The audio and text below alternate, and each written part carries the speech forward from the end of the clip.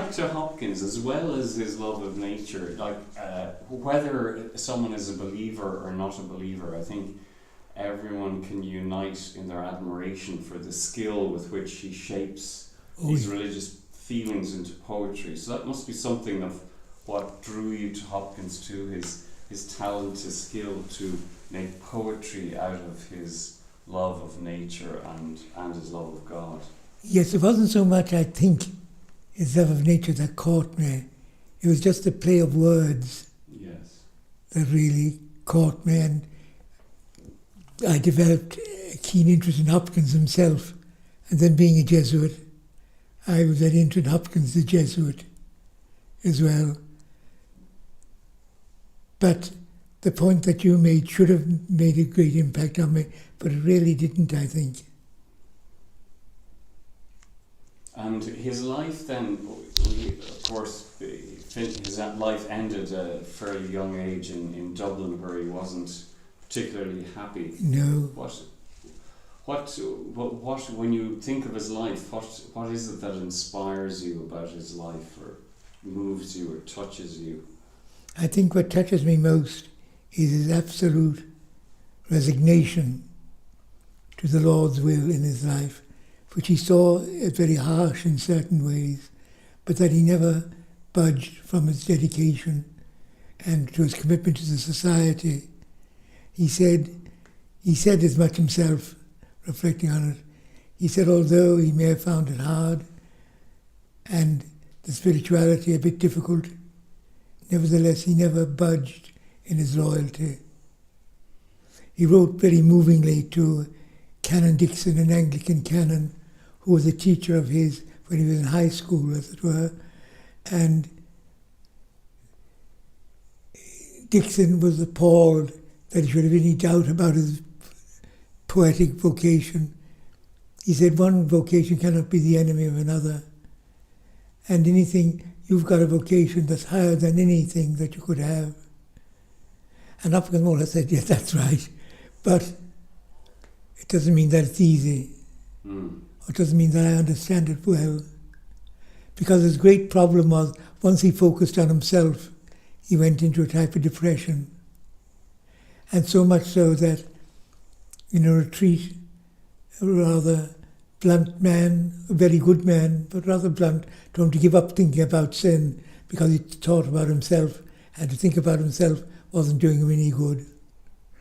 And so he cut that exercise out of his repertoire, as it were. When you say thinking about himself, what do you mean? What had he been doing before that, and what changed? No, it was thinking about himself in the context of sin. Okay.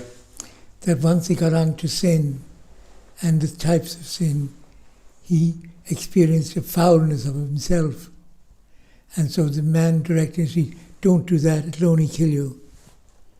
So he gave up thinking about sin because it led to him thinking about his own sinfulness, which was not great by any means, a few peccadillos here and there, you might say. And but he did go into, I should have brought down, I'd be fumbling around these pages, but they're pretty horrible what he says about himself. Now, I've had a discussion, we've taken opposite sides in this, with Des Egan. Oh, yeah. He's all for Hopkins playing down that, and he probably sees me as playing it up. But I think my view has the support of Hopkins' poems. The desolate sonnets. And in terms of, we know he burns quite a number of his poems. He doesn't have a huge corpus of poems. Oh, no, he doesn't. So the scholars are continuing to study a relatively small area, which means, I suppose, new scholars, it's hard for them to get new angles or they end up maybe bringing him into relationship with other thinkers. But what do you think are the best scholarship on Hopkins, and why? Are they like older scholars, or are there more recent scholars? Well, one of the things, I remember being welcomed to the Jesuit community in Denver, and the chap who welcomed me was a social scientist, and he said, "When are you fellas going to work out what Hopkins up? You know, you're at it long enough now." But there's a richness in his poetry that seems to me that I've never tired of it, and I can go back at it again and again. And it seems like I get different views of Hopkins. And although it's a very small corpus of work, it's extraordinarily rich. And he dealt with the great themes of religious life meaning life, not religious order life, but the life of religious and the life of religion. He dealt with all sides of that and came back to it again and again. And to a certain extent, that no matter where he was, he tended to take things too seriously.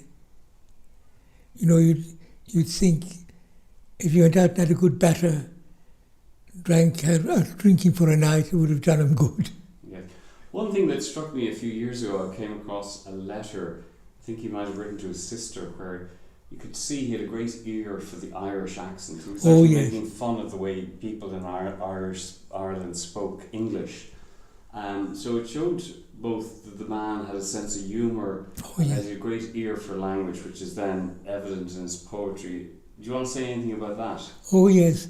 The interesting thing there, that's the Irish people themselves who taught him the Irish way of speaking English.